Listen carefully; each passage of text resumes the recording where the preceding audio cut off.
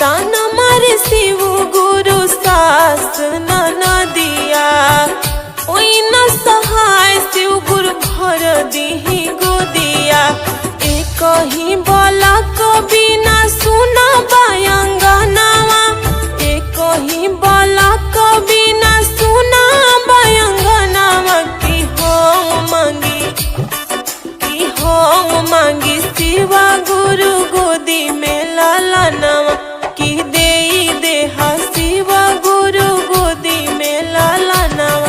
कि पूरा कदी शिव गुरु दिल के आरामनावा, कि पूरा कदी शिव गुरु दिल